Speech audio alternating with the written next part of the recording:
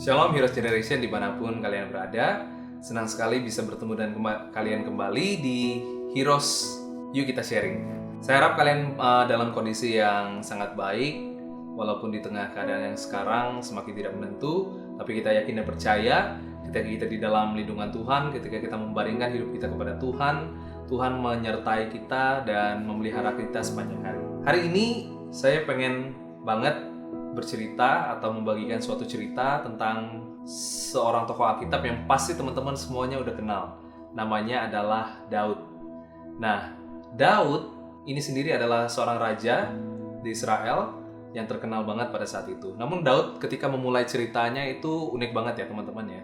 Daud itu pada waktu kecil dia hanya menggembalakan domba, bahkan dikatakan di firman Tuhan hanya 2-3 ekor domba. Nah, suatu hari Daud dihadapkan dengan raksasa yang bernama Goliat. Kita tahu bahwa Goliat itu adalah seorang raksasa, badannya tinggi besar, dia juga ahli dalam perang. Sedangkan Daud pada saat itu belum memiliki pengalaman perang sama sekali. Bahkan di firman Tuhan katakan Daud itu wajahnya masih kemerah-merahan, yang berarti Daud itu masih kecil teman-teman. Mungkin seumuran kayak teman-teman yang di rumah, kayak SMP mungkin ya, SMP atau SMA baru-baru masuk. Nah, Daud diperhadapkan dengan raksasa yang besar. Tapi Daud nggak takut teman-teman. Daud maju berperang. Sebelum Daud berperang melawan Goliat, Daud diminta untuk menggunakan baju perang dan senjata perang milik Saul. Permasalahannya di sini, Daud nggak biasa menggunakan itu. Daud nggak biasa menggunakan baju perang, senjata perang, perisai.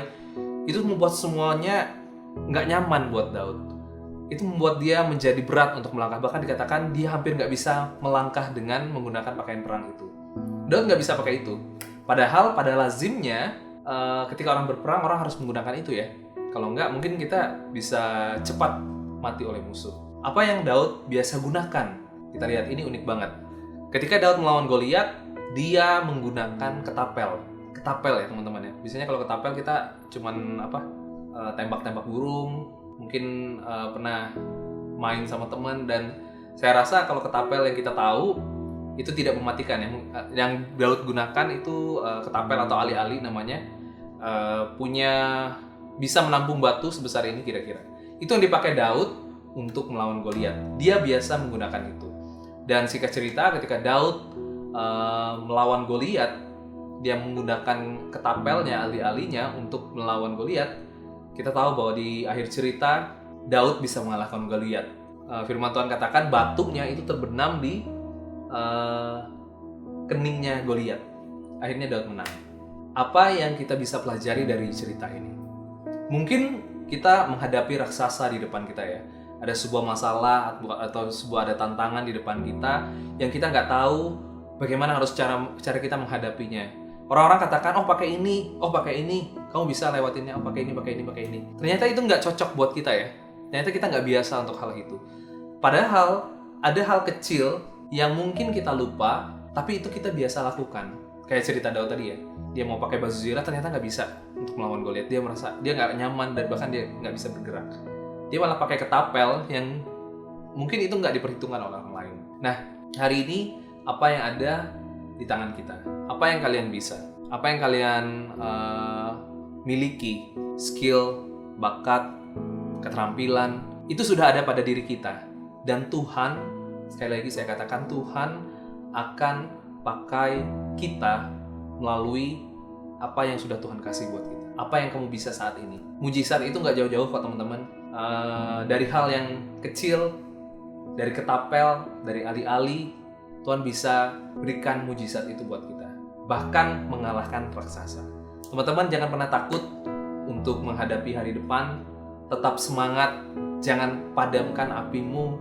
Tetap buat suatu hal yang kreatif ya teman-teman. Saya yakin dan percaya, walaupun di masa-masa ini kita masih bisa tetap produktif, kita masih tetap bisa menghasilkan karya-karya yang luar biasa. Kita anak-anak muda, jangan pernah patah semangat.